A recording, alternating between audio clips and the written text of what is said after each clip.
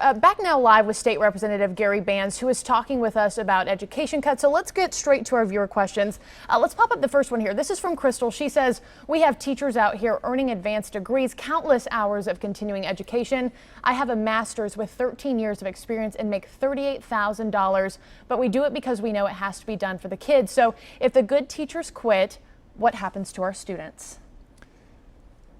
Well, when students deserve to have the very best in terms of those who are equipped to stand in front of them every day. We never need to be satisfied with the status quo. We always need to be pushing the envelope.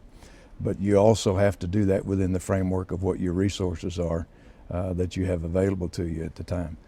Most of our school districts pay well beyond what the state minimums are. In fact, Oklahoma, I think in the 8-state region, has one of the highest, if not the highest, minimum standard, but nobody operates there.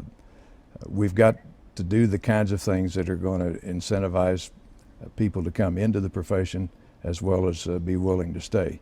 And I think as a former educator, one of the things that we've got to guard against constantly, especially in these times that are very challenging, is guard against the message that we're conveying to our young people.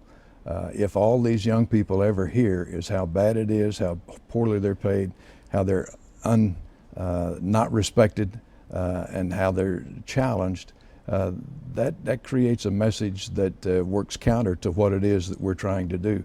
It is the noblest of all professions, and it is a calling, and those of us who have been in it understand that you're there for purposes well beyond the financial remunerations that you're going to get. But you've also got to be able to feed your family and support a lifestyle in doing that. So. Yeah, and that goes into this question. This one is from Paula. She says, how can we justify remaining in a state that can't afford to keep its schools open 5 days a week? And what are the long-term effects that could have on our kids, of them just going 4 days a week to school?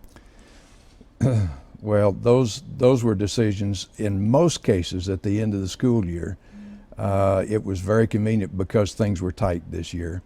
And I choose to believe things are going to get better. Now, not next week better or in 6 months better. 5 years, 10 well, years? I choose to believe that it will.